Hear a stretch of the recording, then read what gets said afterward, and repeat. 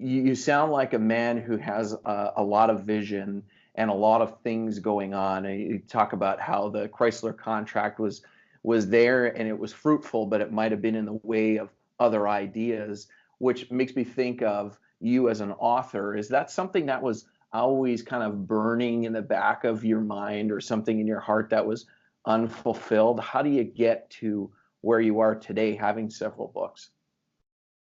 Well, that is actually a mystery, Ryan. And here's why. Because in grade 9, my English teacher said I would never amount to anything because I have mild dyslexia.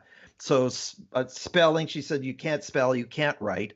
And then when I did my master's degree in the 90s, that's when I really started to develop my writing skill, being on a computer, the invention of a program called Word that put, little red lines underneath all the misspelled words. So all of that assisted in my ability to write. I believe if computers weren't invented, I would not be a writer.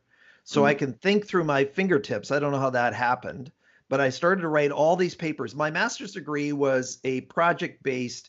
It was like an executive MBA, went into class once a month, and then I would write usually a 20 to a 60-page paper for every module. Well, that started to develop my writing skills. And then I was doing all this speaking for Chrysler, but we were designing all the courses. So all the course development required writing, starting to move into it. I'm not saying that it's my favorite thing, Ryan. But I realized that it was what I wanted to do. And so now being a communicator and writing, what I tended to do is to write about those things I enjoyed. Mm. So I had a weekly article I put out for 10 years, but I would only write, I wrote on Monday mornings and I wrote on whatever I felt like at that time. So it wasn't like a pre-described, here's the editorial list. No, it's just whatever happened, maybe on an event that week. And so I started in that process. Now, developing the tools and going through all the pages, yeah, that was research based. My first book, Why Aren't You More Like Me, is really another version of, it's the third edition of a book that my partner had written before. And so I said, I'm going to do my take on it. The company needed to support the personal style indicator. The deliberate leadership was a partnership with another partner who does leadership training in law enforcement.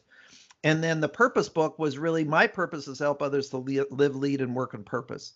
So really the quest for purpose was bringing together all of that work so that people would have a roadmap so they could realize their potential in life and discover their purpose and then live it out.